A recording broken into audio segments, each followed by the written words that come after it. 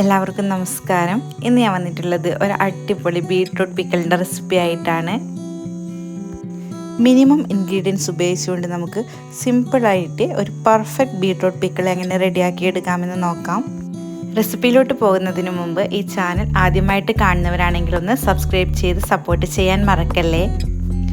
ഇവിടെ ഞാനൊരു non stick പാനാണ് എടുത്തിട്ടുള്ളത്. പാൻ സ്റ്റൗവിൽ വെച്ചിട്ടുണ്ട്, ചൂടായി വരുന്നുണ്ട്. ഞാൻ അതിലേക്ക് ഓയിൽ ഒഴിച്ചു കൊടുക്കുകയാണ്. ഇവിടെ ഞാൻ കോക്കനട്ട് ഓയിൽ തന്നെയാണ് ഒഴിച്ചു കൊടുക്കുന്നത്. ഒരു 3.5 to 4 ടേബിൾ സ്പൂൺ വരെ ഓയിൽ ഞാനിവിടെ ഒഴിച്ചു കൊടുക്കുന്നുണ്ട്. ഇവിടെ ഓയിൽ മെല്ലെ ചൂടായി വരുന്നുണ്ട്. നമുക്കിനി ഇതിലേക്ക് കടുക് ഇട്ട് പൊട്ടിച്ചെടുക്കണം. 1 ടേബിൾ സ്പൂൺ കടുക് ഞാനിവിടെ ഇട്ട് കൊടുത്തിട്ടുണ്ട്.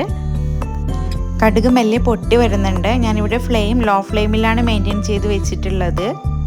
കടുക് ഓൾമോസ്റ്റ് പൊട്ടിക്കഴിഞ്ഞിട്ടുണ്ട്. ഞാനിതിലേക്ക് വെളുത്തുള്ളി, കറിവേപ്പില, പിന്നെ പച്ചമുളക് ഇത്രയും ചേർത്ത് കൊടുത്തിട്ടുണ്ട്. വെളുത്തുള്ളി ഒരു ഫുള്ള് വെളുത്തുള്ളി ഞാനിവിടെ എടുത്തിട്ടുണ്ട്. പച്ചമുളക് ആവശ്യത്തിനുള്ളതും ചേർത്ത് കൊടുത്തിട്ടുണ്ട്. എനിക്ക് പേഴ്സണലി വെളുത്തുള്ളി നല്ല ഫേവറേറ്റ് ആയിട്ടുള്ള ഒരു ഐറ്റമാണ്. അതുകൊണ്ട് ഞാൻ എപ്പോഴും വെളുത്തുള്ളിയുടെ അളവ് കൂടുതലാണ് ചേർക്കുന്നത്. വെളുത്തുള്ളി ഇൻട്രസ്റ്റ് ഇല്ലാത്തവർ അതിൻ്റെ അളവ് കുറച്ചെടുത്താൽ മതിയാകും. നമുക്ക് ഇതൊന്ന് ഒരു ലോ ഫ്ലെയിമിൽ 2 to 3 മിനിറ്റ്സ് നേരത്തേക്ക് ചെറുതായിട്ടൊന്ന് മൂപ്പിച്ചെടുക്കണം. അതുപോലെ തന്നെ ഈ സമയത്ത് ഇഞ്ചി വേണമെങ്കിൽ ചേർത്ത് കൊടുക്കാം. ഞാൻ ബീട്രൂട്ട് അച്ചാറിൽ ഇഞ്ചി യൂസ് ചെയ്യാറില്ല, അതുകൊണ്ട് ഞാനിവിടെ ചേർക്കുന്നില്ല. ഇൻട്രസ്റ്റ് ഉള്ളവർ ഈ സമയത്ത് ഇഞ്ചി വേണമെങ്കിൽ ചേർത്ത് കൊടുക്കാം. അങ്ങനെ ഞാനിവിടെ ഒരു 3 മിനിറ്റ് നേരത്തേക്ക് എല്ലാം നന്നായിട്ട് മൂപ്പിച്ചെടുത്തിട്ടുണ്ട്. ഇനി ഞാൻ ഇതിലേക്ക് ഗ്രേറ്റ് ചെയ്ത് വെച്ചിട്ടുള്ള ബീട്രൂട്ടാണ് ആഡ് ചെയ്ത് കൊടുക്കുന്നത്. ഞാനിവിടെ ഗ്രേറ്റ് ചെയ്തെടുത്തതേ ഉള്ളൂ. നിങ്ങൾക്ക് സാധാരണ ക്യൂബ്സായിട്ട് കട്ട് ചെയ്യണമെങ്കിൽ അങ്ങനെ എടുക്കാം. ചെറിയ ചെറിയ ക്യൂബ്സായിട്ട് വേണമെങ്കിൽ കട്ട് ചെയ്ത് ആഡ് ചെയ്ത് കൊടുത്താലും മതി. അങ്ങനെ ഞാനിവിടെ ഗ്രേറ്റ് ചെയ്ത ബീട്രൂട്ട് എല്ലാം ഇതിലേക്ക് ചേർത്തിട്ടുണ്ട്. ഇനി നമുക്കിത് നന്നായിട്ടൊന്ന് മിക്സ് ചെയ്തെടുക്കാം. ബീട്രൂട്ടിൻ്റെ എല്ലാ സൈഡിലേക്കും ഓയിൽ എത്തുന്ന രീതിയിൽ നല്ലപോലെ ഒന്ന് മിക്സ് ചെയ്തെടുക്കണം. നന്നായിട്ട് മിക്സ് ചെയ്തതിന് ശേഷം നമുക്കിത് ഒരു 3 മിനിറ്റ് നേരത്തേക്ക് ചെറുതായിട്ട് ഇളക്കി കൊടുത്തിട്ട് തന്നെ കുക്ക് ചെയ്തെടുക്കേണ്ടതായിട്ടുണ്ട്. അങ്ങനെ ഞാനൊരു 3 മിനിറ്റ് നേരത്തേക്ക് ഇളക്കി കൊടുത്തിട്ട് കുക്ക് ചെയ്തെടുത്തിട്ടുണ്ട്. ലോ ഫ്ലെയിമിൽ തന്നെയാണ് ഞാൻ കുക്ക് ചെയ്തെടുത്തിട്ടുള്ളത്. ഇനി ഞാൻ ഇതിലേക്ക് ഒരു 1/4 ടീസ്പൂൺ ടർമറിക് പൗഡർ ആഡ് ചെയ്തിട്ടുണ്ട്. ഇതിൻ്റെ പച്ചമണം മാറുന്നത് വരെ നമുക്ക് നന്നായിട്ടൊന്ന് മൂപ്പിച്ചെടുക്കാം. അങ്ങനെ ഇവിടെ മഞ്ഞളുടെ പച്ചമണമൊക്കെ മാറി കിട്ടിയിട്ടുണ്ട്. ഇനി ഞാൻ ഇതിലേക്ക് ആഡ് ചെയ്യുന്നത് ചില്ലി പൗഡറാണ്. കാശ്മീരി ചില്ലിയാണ് ഞാനിവിടെ എടുത്തിട്ടുള്ളത്. കാശ്മീരി ചില്ലി ഇല്ലെങ്കിൽ നോർമലായിട്ട് നമ്മൾ ഉപയോഗിക്കുന്ന ചില്ലി പൗഡർ എടുത്താലും മതി. ഞാനിവിടെ 3 table spoon Kashmiri chilli powder add ചെയ്ത് കൊടുക്കുന്നുണ്ട്. ഒരു ആവറേജ് ആയിട്ടുള്ള എരിവ് മാത്രമേ ഞാനിവിടെ ഉദ്ദേശിക്കുന്നുള്ളൂ. കൂടുതൽ ആവശ്യമുള്ളവർ അതിനനുസരിച്ചിട്ട് അഡ്ജസ്റ്റ് ചെയ്താൽ മതി. ഇനി ഇതിൻ്റെ റോ സ്മെല്ല് മാറുന്നത് വരെ നന്നായിട്ട് ഇളക്കി കൊടുത്തിട്ട് നല്ലപോലെ മൂപ്പിച്ചെടുക്കണം.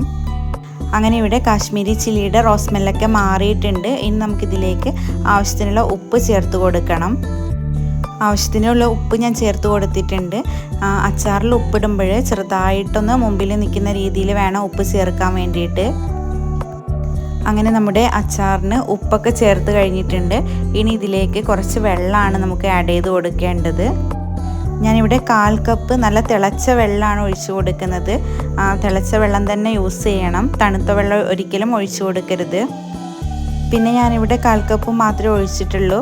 നല്ല ഗ്രേവി വേണമെന്നുള്ള ആൾക്കാരാണെങ്കിൽ വെള്ളത്തിൻ്റെ അളവ് ഈ സമയത്ത് കൂടുതൽ യൂസ് ചെയ്യാം.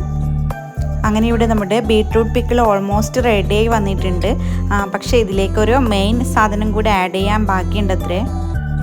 ഞാനിപ്പോൾ ഈ ഒരു കൺസിസ്റ്റൻസിയിൽ വെച്ചിട്ടാണ് ഫ്ലെയിം ഓഫ് ചെയ്ത് കൊടുക്കുന്നത്. ഗ്രേവി വേണ്ടവർക്ക് കുറച്ചുകൂടെ അതായത് ഗ്രേവി ആയിട്ടിരിക്കുമ്പോൾ തന്നെ ഫ്ലെയിം ഓഫ് ചെയ്ത് കൊടുക്കണം. അടുത്തതായിട്ട് ഞാൻ ഇതിലേക്ക് വിനാഗിരിയാണ് ആഡ് ചെയ്ത് കൊടുക്കുന്നത്.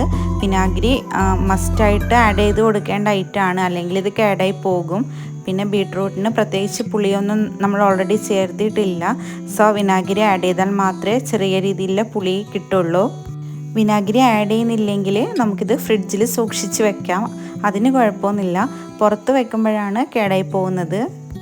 അപ്പോൾ നമ്മുടെ ബീട്രൂട്ട് പിക്കിൾ ഇവിടെ റെഡി ആയിട്ടുണ്ട്. ഇനി നമുക്കിത് നന്നായിട്ട് തണുത്തതിന് ശേഷം മാത്രം വേറൊരു കണ്ടെയ്നറിലോട്ട് മാറ്റിയിട്ട് സൂക്ഷിച്ച് വെക്കാം.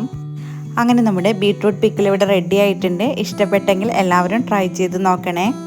അതുപോലെ തന്നെ വീഡിയോ ഇഷ്ടപ്പെട്ടാൽ ലൈക്ക് ചെയ്യാനും ഷെയർ ചെയ്യാനും ചാനലൊന്ന് സബ്സ്ക്രൈബ് ചെയ്ത് സപ്പോർട്ട് ചെയ്യാനും മറക്കല്ലേ. Thanks for watching.